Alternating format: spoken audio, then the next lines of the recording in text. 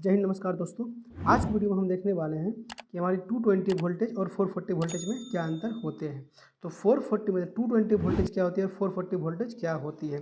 अक्सर लोगों के मन में यह डाउट रहता है। यदि आप कहीं इंटरव्यू में भी देने जाते हैं तो वहाँ पे भी आपसे आप पूछ सकते हैं कि 220 वोल्टेज क्या होती है और 440 वोल्टेज क्या होती है, क्योंकि नज़र से आप देखेंगे तो यह क्वेश्चन बहुत ही टफ होती है। तो आज की इस वीडियो में हम यह समझ लेंगे कि 220 वोल्टेज और 440 वोल्टेज में अक्सर क्या अंतर होती है और ये 220 वोल्टेज और 440 वोल्टेज दोनों आती कहाँ से है। सबसे पहले हम बात कर लेते हैं 220 वोल्टेज के। 220 वोल्टेज जो हमारी होती है 220 वोल्टेज उसे हम फेस वोल्टेज कहते हैं। 220 वोल्टेज को हम फेस वोल्टेज कहते हैं। और बात करें 440 वोल्टेज की तो 440 वोल्टेज को हम लाइन वोल्टेज कहते हैं। 220 वोल्टेज को फेस वोल्टेज और 440 वोल्टेज को लाइन वोल्टेज कहते हैं।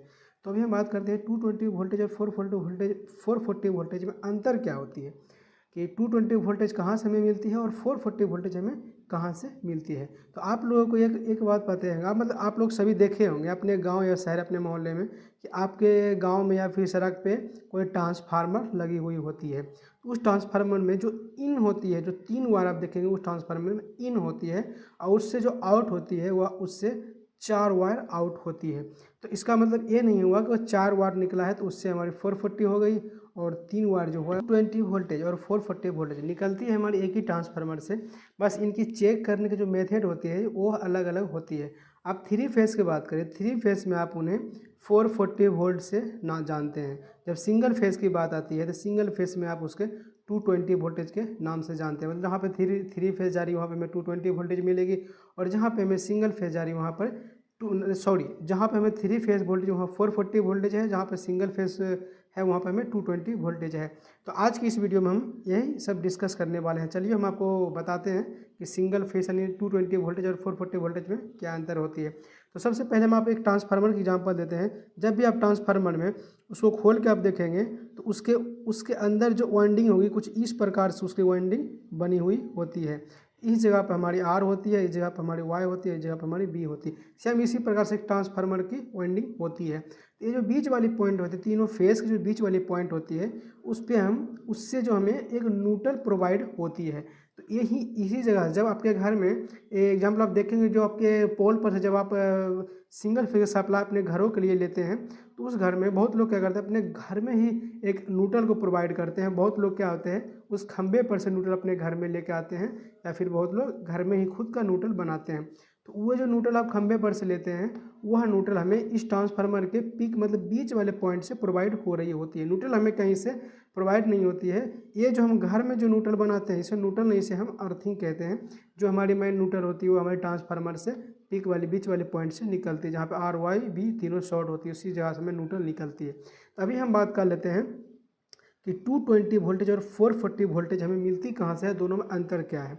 तो यदि आप कभी एग्जांपल हम लेते हैं, हमारे पास आ रही है, हमारे पास न्यूट्रल है, जब इन दोनों के बीच में वोल्टेज टेस्ट करेंगे तो यहाँ पे हमारी 220 वोल्टेज मिलेगी। जब आर और न्यूट्रल के बीच में हम वोल्टेज मतलब चेक करेंगे उस जगह पर हमें 220 वोल्टेज मिलेगी।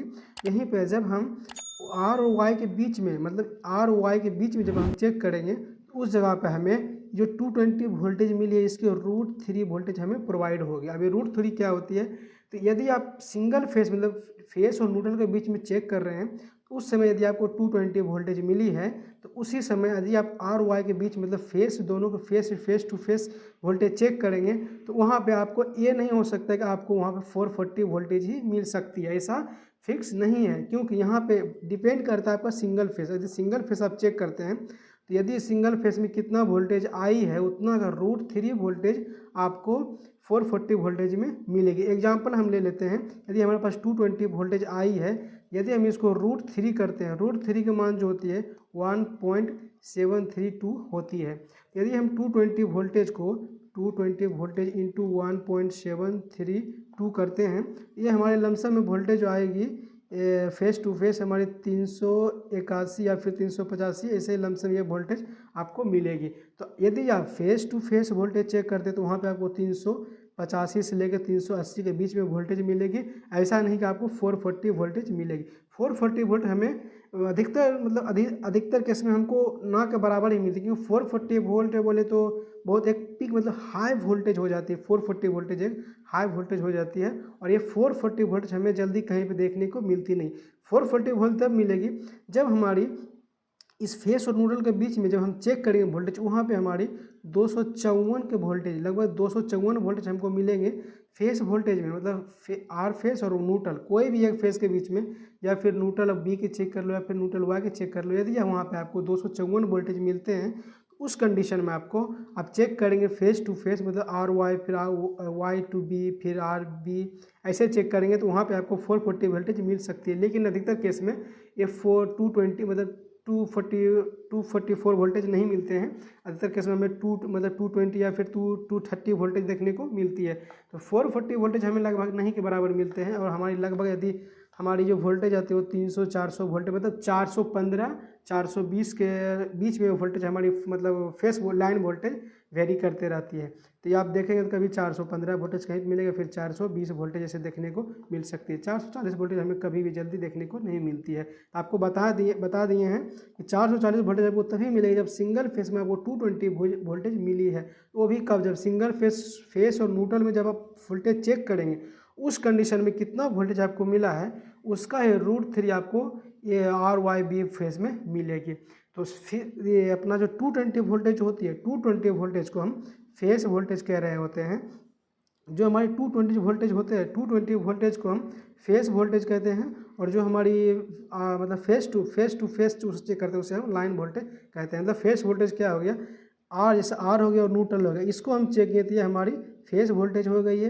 वहीं पे हम आर, ये जो आप आर देख रहे हैं, इस आर को और ये वाई को जब हम चेक करेंगे दोनों को, इन दोनों में जो वोल्टेज आएगा उसे हम लाइन वोल्टेज कहेंगे। तो आपको समझ में आ गया कि लाइन वोल्टेज और फेस वोल्टेज क्या होती है, और 220 वोल्टेज और 440 वोल्टेज किस प्रकार होती है। अभी अगर हम एक ट्रांसफार्मर का एग्जाम्पल देख लेते हैं, ट्रांसफार्मर में क्या होती है।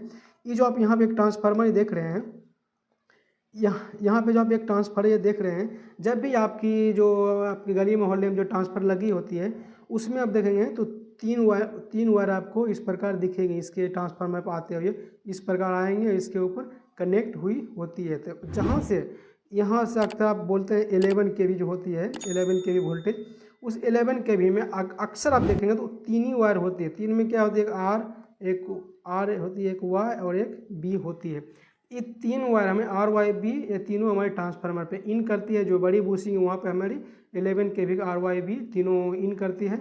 और जहाँ पर आप अक्सर ट्रांसफार्मर में देखेंगे जो अपनी मतलब लो वोल्टेज में ट्रांसफार्मर में यूजिंग होती है, जैसे हमारी गली मोहल्ले में जो ट्रांसफर लगी होती है, उस ट्रांसफर का हम बात कर रहे हैं। उस ट्रांसफार्मर में आपको अक्सर देखेंगे जो उनकी इन साइड होती है, 11 जो साइड होती है, जो हाई वोल्टेज साइड होती है, उस साइड में आपको तीन ही टर्मिनल देखने को मिलेगी, या 1 2 3, इस 3 देखने को मिलेगी। जब आप उसका आउट में देखेंगे, यहाँ पर आप देख सकते हैं, इस जगह पर आउट में देखेंगे तो आपको 4 देखने को मिलेगी। एक तो हमारी हो जाती है आर की, और दूसरी हमारी हो जाती है बी की, और बात करिए हमारे तीसरी हमारी हो जाती है, सॉरी ये यहाँ पे हो जाती है वाई, और ये हमारी हो जाती है बी, और ये लास्ट वाली जो होती है, सॉरी ये इसमें मिलेगी, ये लास्ट वाली जो हमारी होती है ये हमारी न्यूट्रल हो जाती है।